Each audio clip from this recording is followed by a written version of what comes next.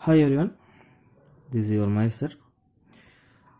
Uh, in the income tax, I had cleared already two chapters. This is the third chapter, income from other sources. So before going to this chapter, we have to know the some basic things about the income tax. So we already did income from salary, income from house property, income from capital gain, and income from business or profession. Actually, the income tax department will charge any assessee under the five heads of income. They will charge the tax on five heads of the income. In that first one, income from salary, we did in last semester, and house property also, and from the business and capital gains, we did in the classroom itself. This is the last another one head, income from other sources. So this one already I sent you people in the WhatsApp group. So you people just see ಅಂದರೆ ಯಾವ ರೀತಿ ಟ್ಯಾಕ್ಸ್ನ charge ಮಾಡ್ತಾರೆ, ಯಾವ base ಮೇಲೆ ಅನ್ನೋದನ್ನ ನಾನು ಇಲ್ಲಿ explain ಮಾಡ್ತಾ ಹೋಗ್ತೀನಿ. ಸಿಯರ್ up to the 10th one in the amount column they given xxx and afterwards they given fully taxable. Okay, ಆ XXX ಏನು ಕೊಟ್ಟಿದ್ದಾರೆ ಅಷ್ಟು ಮಾತ್ರ ಎಕ್ಸ್ಪ್ಲೇನ್ ಮಾಡ್ತೀನಿ. ಮತ್ತೆ ಮಿಕ್ಕಿದೆಲ್ಲ ಇನ್ನು ಉಳಿದಿರೋದೆಲ್ಲ ಕಾಮನ್ ಆಗಿ ಫುಲ್ ಆಗುತ್ತೆ, ಮೀನ್ಸ್ ಫುಲ್ ಟ್ಯಾಕ್ಸಬಲ್ ಆಗಿರೋದ್ರಿಂದ ಅವನ ಪ್ರಾಬ್ಲಮಲ್ಲಿ ಡೈರೆಕ್ಟಾಗಿ ಅದೇ ಥರನೇ ಕೊಡ್ತಾನೆ. Means withdrawal from the national saving scheme, agriculture income from the place of outside the Indian agriculture income ಆದರೆ exempted, outside the India income ಆದರೆ ಏನಾಗುತ್ತೆ, ಟ್ಯಾಕ್ಸಬಲ್ ಆಗುತ್ತೆ. ಸೊ ಆ ರೀಸನ್ ಇವೆಲ್ಲ ಡೈರೆಕ್ಟ್ಲಿ ಫುಲ್ಲಿ ಟ್ಯಾಕ್ಸಬಲ್ ಆಗಿರೋದ್ರಿಂದ ಸೊ ಇಲ್ಲಿ ಎಕ್ಸ್ ಅಂತ amount ಏನು ಕೊಟ್ಟಿದ್ದಾನೆ ಅವಷ್ಟು ಮಾತ್ರ ಫಸ್ಟ್ 10 ಮಾತ್ರ ಸಮ್ ಕೇಸಸಲ್ಲಿ ಟ್ಯಾಕ್ಸಬಲ್ ಆಗುತ್ತೆ, ಸಮ್ ಸರ್ಕಮ್ಸ್ಟೆನ್ಸ್ ಅಲ್ಲಿ ನಾಟ್ ಟ್ಯಾಕ್ಸಬಲ್ ಆಗುತ್ತೆ. ಸೊ ಅದನ್ನ ಮಾತ್ರ ನಾನು ಇವತ್ತು ಡಿಸ್ಕಸ್ ಮಾಡ್ತೀನಿ. From tomorrow it self I will start the class, means problem ಕ್ಲಾಸ್ನ ಡೈರೆಕ್ಟಾಗಿ ಪ್ರಾಬ್ಲಮ್ಗೆ ಹೋಗ್ತೀನಿ. ಇವತ್ತು ಜಸ್ಟ್ ಒಂಚೂರು ಥಿಯರಿ ಥರ ಇದನ್ನು ಎಕ್ಸ್ಪ್ಲೈನ್ ಮಾಡ್ತೀನಿ, ಏನು ಬೇಸಿಕ್ ಥಿಂಗ್ಸ್ ಏನು ಬೇಕೋ ಅದಷ್ಟು. ಓಕೆನಾ? ಸೊ ಇಲ್ಲಿ ಫಸ್ಟ್ ಡಿವಿಡೆಂಟ್ ಇದೆ, interest on securities, bank interest on fixed deposit, casual income, income from family pension, composite rent, income from subletting, income from machinery, plant or furniture, gift and insurance commission, deemed incomes. So ಇವಿಷ್ಟು ಏನಾಗುತ್ತೆ ಅಂದರೆ some ಪೋರ್ಷನ್ವರೆಗೂ ಏನಾಗುತ್ತೆ taxable ಆಗಿರುತ್ತೆ, some portion ಆಗಿದ್ದಾದ್ಮೇಲೆ exempt ಆಗ್ಬೋದು ಅಥವಾ tax double ಆಗ್ಬೋದು. ಆ ಥರ ಎರಡೂ ಸಿಚುವೇಶನ್ ಇದೆ. ಸೊ ಅದನ್ನು ಎಕ್ಸ್ಪ್ಲೈನ್ ಮಾಡ್ತೀನಿ one by one. Before that ಒಂದು ಟೇಬಲ್ ನೋಡ್ಬೇಕಾಗುತ್ತೆ. ನೆಕ್ಸ್ಟ್ ನಾನು ಸೆಕೆಂಡ್ ಪಿಕ್ ಕಳಿಸಿರೋದು ಆ ಟೇಬಲ್ ಮುಖಾಂತರ ನಾನು ಎಕ್ಸ್ಪ್ಲೈನ್ ಮಾಡ್ತೀನಿ ಒಂದೊಂದೇ. First one dividend up to the 10 lakh no tax, more than 10 lakh excess amount will be taxable.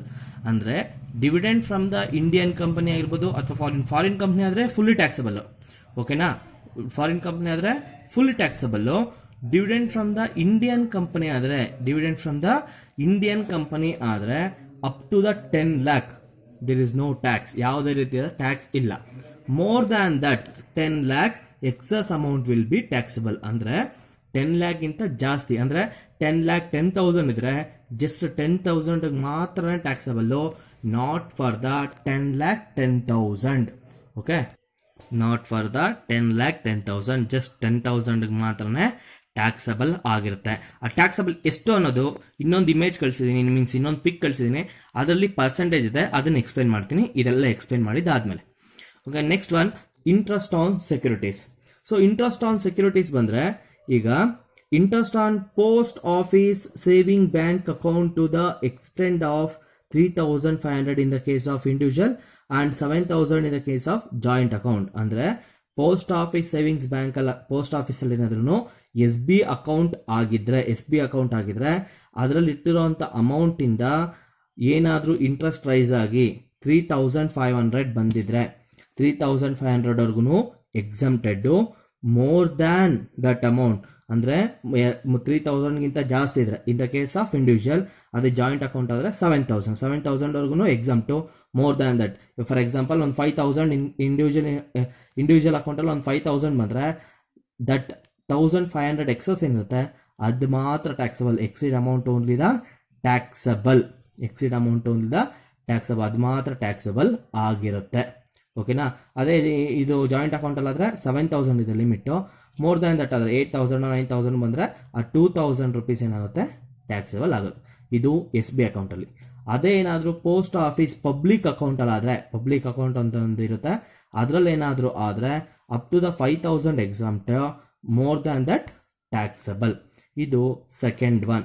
First one ಯಾವುದು dividend up to the 10 lakh, then interest on securities, ಅದರಲ್ಲಿ post office saving bank account, then ಇನ್ನೊಂದು public saving bank ಅಕೌಂಟಲ್ಲಿ 3,500 ವರೆಗೂ exempt. In the case of individual, in the case of joint account ಆದರೆ 7,000 ವರೆಗೂ ಎಕ್ಸಾಮ್ಟು. Public account ಆದರೆ up to the 5,000 exempt. The next one interest from bank on fixed deposit. It is fully taxable, ಪೂರ್ತಿಯಾಗಿ taxable ಆಗುತ್ತೆ. ಕೆಲವೊಂದು situation ಮಾತ್ರ ಅದು ಇನ್ನೂ double ಆಗುತ್ತೆ ಟ್ಯಾಕ್ಸು, ಬಟ್ ಆ ಥರದ ಪ್ರಾಬ್ಲಮ್ ಯಾವುದೂ ಇಲ್ಲ. ಅಕಸ್ಮಾತ್ ಯಾವ್ದಾದ್ರು ಬಂದರೆ ನಾನು ಎಕ್ಸ್ಪ್ಲೈನ್ ಮಾಡ್ತೀನಿ. ಅಲ್ಲಿವರೆಗೂ interest from bank on fixed deposit ಅಂತ ಏನಾದರೂ ಬಂದರೆ ಅದು ಫುಲ್ಲಿ ಟ್ಯಾಕ್ಸಬಲ್ ಆಗಿರುತ್ತೆ. Then next one very important one, casual income. Fourth point very important. ಜಾಸ್ತಿ ಪಾಯಿಂಟ್ಸ್ ಇದ್ರ ಮೇಲೆ ರೈಸ್ ಆಗೋದು, ಜಾಸ್ತಿ ಅಡ್ಜಸ್ಟ್ಮೆಂಟ್ಸು ಇದ್ರ ಮೇಲೆ ರೈಸ್ ಆಗೋದು. ಸೊ ಫಸ್ಟ್ ಪಾಯಿಂಟ್ ಹೇಳ್ತಾ ಇದ್ದೀನಿ, a income from lottery, crossword puzzle, TV show up to the 10,000 taxable fully. ಅಂದರೆ ಇನ್ಕಮ್ ಫ್ರಮ್ ಲಾಟ್ರಿ, ಯಾವುದಾದ್ರೂ ಸ್ಟೇಟ್ ಲಾಟ್ರಿನೋ ಆ ಥರದ್ದು ಯಾವುದಾದ್ರು ಲಾಟ್ರಿ ಬಂಪರ್ ಡ್ರಾ ಬಂದಿದ್ದೋ ಆ ಥರ ಏನಾದರೂ ಇದ್ದರೆ, ಅಥವಾ ಕ್ರಾಸ್ವರ್ಡ್ ಪಜಲ್ಸು ಅಥವಾ TV show, for example last time ಆದಂಥ ಬಿಗ್ ಬಾಸ್ ಆಗಿರ್ಬೋದು, ಆ ಥರದ್ದು ಏನಾದರೂ ಇದ್ದರೆ ಅದರಲ್ಲಿ ವಿನ್ ಆದಂಥ ಅಥವಾ ಅದರಲ್ಲಿ ಅರ್ನ್ ಆದಂಥ up to the 10,000 is taxable fully. ಪೂರ್ತಿಯಾಗಿ ಟ್ಯಾಕ್ಸಬಲ್ ಆಗಿರುತ್ತೆ ಅದು. ಅಂದರೆ 10,000 ಇನ್ಕಮ್ ಅರ್ನ್ ಮಾಡಿದರೆ ಅಲ್ಲಿವರೆಗೂ ಪೂರ್ತಿಯಾಗಿ 10,000 ಟ್ಯಾಕ್ಸಬಲ್ ಆಗುತ್ತೆ. More than the 10,000 rupees gross amount will be taxable. More than the 10,000 ಏನಾದರೂ ಇದ್ದರೆ ಅದ್ರ ಮೇಲೆ ಗ್ರಾಸ್ ಅಮೌಂಟ್, ನಾನು ಗ್ರಾಸ್ ಅಮೌಂಟ್ ಯಾವ ರೀತಿ ಕ್ಯಾಲ್ಕುಲೇಟ್ ಮಾಡೋದು ಅಂತ ಲಾಸ್ಟಲ್ಲಿ ಹೇಳ್ಕೊಡ್ತೀನಿ. So gross amount will be taxable. Problem ಮಾಡಬೇಕಾದ್ರೆ ನಿಮಗೆ ಈಸಿಯಾಗಿ ಅರ್ಥ ಆಗುತ್ತೆ. ನೀವು ಜಸ್ಟ್ ಏನಪ್ಪ ಅಂದರೆ lottery, crossword puzzle, TV show ಇವು 3 ಬಂದರೆ 10,000ವರೆಗೂ ಪೂರ್ತಿ ಟ್ಯಾಕ್ಸಬಲ್. ಅದಕ್ಕಿಂತ ಜಾಸ್ತಿ ಬಂದರೆ ಗ್ರಾಸ್ ಅಮೌಂಟ್ ಕ್ಯಾಲ್ಕುಲೇಟ್ ಮಾಡಬೇಕು. ಇಷ್ಟು ನೆನ್ಪಿಟ್ಕೊಂಡಿದ್ರೆ ಸಾಕು. Then next one option B, horse race up to the 5,000 fully taxable. More than the 5,000 gross amount will be taxable. So horse race ಏನಾದರೂ ಇದ್ರೆ, ಇದು lottery, crossword puzzle, TV show ಇವು 3ಕ್ಕೂ 10,000, horse ರೇಸ್ಗೆ 5,000. ಮೋರ್ ದ್ಯಾನ್ ದಟ್ ಇದ್ರೆ gross ಅಮೌಂಟ್ನ taxable ಮಾಡಬೇಕಾಗುತ್ತೆ. ನಾನು ಅದನ್ನು ಕ್ಯಾಲ್ಕುಲೇಟ್ ಮಾಡೋದು ಹೇಳ್ಕೊಡ್ತೀನಿ. Then other races, gambling, betting, card games fully taxable. ಅದು ಬಿಟ್ಟು ಅಂದ್ರೆ ಮೀನ್ಸ್ ಹಾರ್ಸ್ ರೇಸ್ ಬಿಟ್ಟು ಇನ್ಯಾವುದಾದ್ರೂ ರೇಸ್ ಇದೆ, ಫಾರ್ ಎಕ್ಸಾಂಪಲ್ ಕಾರ್ ರೇಸ್ ಇರುತ್ತೆ, ಬೈಕ್ ರೇಸ್ ಇರುತ್ತೆ, ಅಥವಾ ಸೌದಿಯಲ್ಲೆಲ್ಲ ಕ್ಯಾಮಲ್ ರೇಸ್ ಇರುತ್ತಂತೆ. ಸೊ ಆಲ್ ಲೈಕ್ ದಟ್ ಏನಾದರೂ ಇದ್ದರೆ, ಅಥವಾ ರಾಜಸ್ಥಾನೆಲ್ಲ ಕ್ಯಾಮಲ್ ರೇಸ್ ಇರುತ್ತಂತೆ, ಆ ಥರ ಏನಾದರೂ ಅದರ್ ರೇಸಸ್ ಇದ್ದು, ಅಥವಾ gambling, betting, card games common ಆಗಿ ಗೊತ್ತಿರೋದೆ, ಕ್ರಿಕೆಟ್ ಬೆಟ್ಟಿಂಗ್ ಆಗಿರ್ಬೋದು ಅಥವಾ ಕಾರ್ಡ್ ಗೇಮ್ಸ್ ಆಗಿರ್ಬೋದು, ಇದರಲ್ಲಿ ಏನಾದರೂ ಇನ್ಕಮ್ ಅರ್ನ್ ಆಗಿದ್ರೆ ಪೂರ್ತಿಯಾಗಿ ಟ್ಯಾಕ್ಸಬಲ್ ಆಗಿರುತ್ತೆ. ಸೊ ಇನ್ಕಮ್ ಫ್ರಮ್ ಅದರ್ ಸೋರ್ಸಲ್ಲಿ ಮೇಯ್ನು ಕ್ಯಾಶುವಲ್ ಇನ್ಕಮ್ಮು. ಅದರಲ್ಲಿ first point lottery, crossword puzzle, TV show ಇವು 3 up to the 10,000 fully taxable. More than that ಇದ್ರೆ gross. Horse race up to the 5,000 fully taxable. More than that ಇದ್ರೆ gross amount. Other races, gambling, betting, card games fully taxable. ಓಕೆನಾ. Then next one family pension, important one. Family pension amount minus 33.33% or 15,000 which ever is less. ಅಂದರೆ for example ಯಾವುದೋ ಒಬ್ಬ ಪರ್ಸನ್ನು ಗೌರ್ಮೆಂಟಲ್ಲಿ work ಮಾಡ್ತಾ ಅವ್ನು death ಆದ, ಅಥವಾ ಯಾವುದೋ ಒಂದು ಒಳ್ಳೆ ಕಂಪ್ನಿಗೆ ವರ್ಕ್ ಮಾಡ್ತಾ ಡೆತ್ ಆದ ಅಂದರೆ ಅವ್ರು ಏನು ಮಾಡ್ತಾರೆ, ಅವ್ರ ಫ್ಯಾಮಿಲಿಗೆ ಪೆನ್ಷನ್ನ ಅಮೌಂಟ್ನ ಕೊಡ್ತಾರೆ. ಆ ಪೆನ್ಷನ್ ಅಮೌಂಟಲ್ಲಿ 33 ಲೆಸ್ ನಾವು ಯಾವ ಟ್ಯಾಕ್ಸಬಲ್ ಆಗಿರುತ್ತೆ ಅಂದರೆ 33.33% ಆರ್ 15,000 ಇವೆರಡರಲ್ಲಿ ಯಾವುದು ಕಡಿಮೆ ಇರುತ್ತೆ ಅದನ್ನು ಲೆಸ್ ಮಾಡಬೇಕು. ಇನ್ನು ಮಿಕ್ಕಿರೋಂಥ ಅಮೌಂಟ್ ಏನಿರುತ್ತೆ ಅದಷ್ಟು ಟ್ಯಾಕ್ಸಬಲ್ ಆಗುತ್ತೆ. ಫಾರ್ ಎಕ್ಸಾಂಪಲ್ ಒಂದು 20,000 ಅಂತ ತೊಗೊಂಡ್ರೆ, 20,000 ಅಂದರೆ 33.33% ಅಂದರೆ ಎಷ್ಟಾಗುತ್ತೆ, ಅಥವಾ 20,000ಗೆ 6,000 ಅಥವಾ 7,000 ಸಮಥಿಂಗ್ ಬರುತ್ತೆ. ಆರ್ ಏನಿದು 15,000 ಯಾವ್ದು less, whichever is less ಅಂದರೆ 7,000 ಲೆಸ್ ಇರುತ್ತೆ. ಅದನ್ನು ಮೈನಸ್ ಮಾಡ್ಬಿಟ್ಟು ತೊಗೊಂಡ್ರೆ ಇನ್ನು ಮಿಕ್ಕಿದ ಅಮೌಂಟ್ ಎಲ್ಲ ಏನಾಗುತ್ತೆ ಟ್ಯಾಕ್ಸಬಲ್ ಆಗಿರುತ್ತೆ. ಪ್ರಾಬ್ಲಮ್ ಮಾಡ್ಬೇಕಾದ್ರೆ ಈಸಿಯಾಗಿ ಗೊತ್ತಾಗುತ್ತೆ. Then next one composite rent, ಪೂರ್ತಿಯಾಗಿ ಟ್ಯಾಕ್ಸಬಲ್. ಅದು ಅಡ್ಜಸ್ಟ್ಮೆಂಟ್ ಏನಪ್ಪ ಕೊಟ್ಟಿರೋದು ಅಂದರೆ ಕಾಂಪೋಸಿಟ್ಲಿ ಒಂದು ಸ್ವಲ್ಪ ಜಾಗನ ಬೇರೆಯವ್ರು ಕೊಡೋದು. ಫಾರ್ ಎಕ್ಸಾಂಪಲ್ ಒಂದು ಬಾರ್ ರೆಸ್ಟೋರೆಂಟ್ ಅಂದರೆ ಈಚೆ ಒಂದು ಪಾನ್ ಬೀಡ ಅಂಗಡಿ ಇಟ್ಕೊಂಡಿರ್ತಾನೆ. ಈ ಪಾನ್ ಬೀಡ ಅಂಗಡಿ ಇದ್ದು ರೆಂಟು ಯಾರು ಇಸ್ಕೊತಾ ಇರ್ತಾರೆ? ಅಂಗಡಿ ಓನರ್ ಇಸ್ಕೊತಾ ಇರ್ತಾನೆ. ಅಂಗಡಿ ಓನರ್ ಅಂದರೆ ಬಾರ್ ಓನರ್ ಇಸ್ಕೊತಾ ಇರ್ತಾನೆ, but not the building owner. ಓಕೆನಾ? ಅದು ಸಬ್ಲೆಟ್ ಪ್ರಾಪರ್ಟಿ. ಆ ಥರದ್ದು ಏನಾದರೂ ಇನ್ಕಮ್ ಬಂದಿದ್ರೆ, ಆ ಥರದ್ದು ಏನಾದರೂ ರೆಂಟ್ ಇದ್ರೆ, rent received minus expenses on the sublet proportion. Means ಆ ಸಬ್ಲೆಟ್ ಪೋರ್ಷನ್ನ ಮಾಡೋದಕ್ಕೆ ಎಷ್ಟು ಎಕ್ಸ್ಪೆನ್ಸ್ ಆಗುತ್ತೆ. ಫಾರ್ ಎಕ್ಸಾಂಪಲ್ ಏನಾದರೂ ಎಲೆಕ್ಟ್ರಿಸಿಟಿ ಚಾರ್ಜಸ್ ಆಗಿರ್ಬೋದು ಅಥವಾ ಅದರ್ ಚಾರ್ಜಸ್ ಆಗಿರ್ಬೋದು, ಅದೆಲ್ಲ ಲೆಸ್ ಮಾಡಿ ಇನ್ನೇನು ಉಳಿಯುತ್ತೋ ಅದು ಮಾತ್ರ ಟ್ಯಾಕ್ಸಬಲ್ ಆಗಿರುತ್ತೆ. ದೆನ್ ಗಿಫ್ಟ್ ಕಾಮನ್ ಆಗಿ ನಿಮ್ಗೆ ಕನ್ಫ್ಯೂಸ್ ಇತ್ತು. 50,000 ಮೋರ್ ದ್ಯಾನ್ 50,000 ಈಸ್ ಟ್ಯಾಕ್ಸಬಲ್. ಓಕೆನಾ? ಗಿಫ್ಟು ಮೋರ್ ದ್ಯಾನ್ 50,000 ಇದ್ರೆ ಟ್ಯಾಕ್ಸಬಲ್. ಯಾರೇ ಕೊಟ್ಟಿರಲಿ, ಎಂಥದೇ ಕೊಟ್ಟಿರಲಿ, 50,000 ಮೇಲೆ ಇದ್ರೆ ಎಲ್ಲ taxable. Then next one insurance commission up to the 20,000 is fully taxable.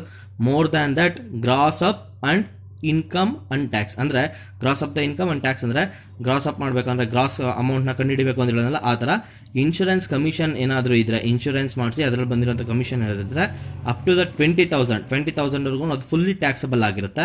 More than that ಇದ್ರೆ ಅದನ್ನು ಗ್ರಾಸ್ ಅಪ್ ಮಾಡಬೇಕು, ಆಮೇಲೆ ಅದ್ರ ಮೇಲೆ ಟ್ಯಾಕ್ಸ್ನ ಫೈಂಡ್ ಔಟ್ ಮಾಡಬೇಕು. ಅದನ್ನು ನಾನು ಹೇಳ್ಕೊಡ್ತೀನಿ. ಓಕೆನಾ? Then deemed income it's fully taxable. Deemed incomes ಅಂದರೆ ಫಾರ್ ಎಕ್ಸಾಂಪಲ್ ಯಾವುದೋ ಒಬ್ಬ ಹುಡುಗಂಗೆ ಅವ್ರ ಅಪ್ಪ ಅಮ್ಮ ತೀರೋಗಿರ್ತಾರೆ, ಅವ್ನಿಗಿನ್ನ 18 ಇಯರ್ಸ್ ಆಗಿರಲ್ಲ, ಏಜ್ ಆಗಿರಲ್ಲ. ಅಂಥವ್ರನ್ನ ನೋಡ್ಕೊಳಕ್ಕೆ ಇನ್ನೊಬ್ಬ ಯಾರೋ ಇರ್ತಾನೆ.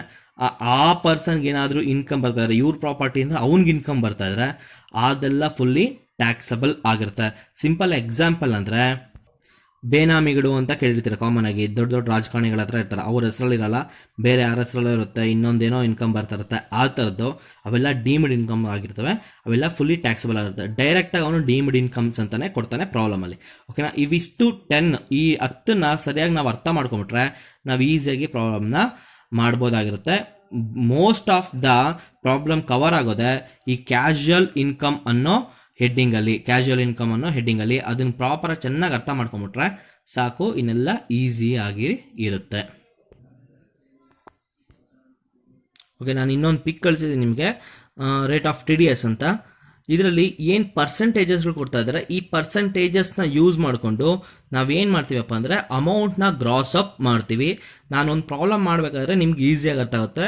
ಈ ಪಿಕ್ಕು ಕೂಡ ನೀವು ಒಂದು ಸೈಡ್ ಬರೆದಿಟ್ಕೊಂಡ್ರೆ ತುಂಬ ಒಳ್ಳೆಯದು. ನಾನು ಇವಾಗ ಏನು ಎಕ್ಸ್ಪ್ಲೈನ್ ಮಾಡಿದೆ ಅದಷ್ಟನ್ನು ಪ್ಲಸ್ ಆ ಪಿಕ್ ಏನು ಕಳಿಸಿದ್ದೀನಿ ಅದಷ್ಟು ಒಂದು ಕಡೆ ಬರೆದಿಟ್ಕೊಂಡು ನಿಮ್ಗೆ ಏನು ಅರ್ಥ ಆಯಿತೋ ಅದನ್ನು ಶಾರ್ಟ್ ಫಾರ್ಮಲ್ಲಿ ನೀವು ಕ್ಲಾಸಲ್ಲಿ ಹೆಂಗೆ ಬರ್ಕೋತಾ ಇದ್ರಿ ಆ ಥರ ಕ್ಲಾಸಲ್ಲಿ ಹೆಂಗೆ ಬರ್ಕೋತಾ ಇದ್ರಿ ಅದೇ ಥರ ನೀವಿಲ್ಲೂ ನಿಮ್ಮ ಬುಕ್ಕಲ್ಲಿ ಅಥವಾ ಯಾವುದೊಂದು ಸೈಡಲ್ಲಿ ಬರ್ಕೊಂಡಿದ್ರೆ ಬೆಟರ್. ಬಿಕಾಸ್ ಯಾವಾಗೂ ಹಿಂದೆದೆಲ್ಲ ತೆಗೆದು ನೋಡೋಕ್ಕಲ್ಲ, ಮೀನ್ಸ್ ಹಿಂದೆದೆಲ್ಲ ವಿಡಿಯೋ ತೆಗೆದು ನೋಡೋಕ್ಕಾಗಲ್ಲ.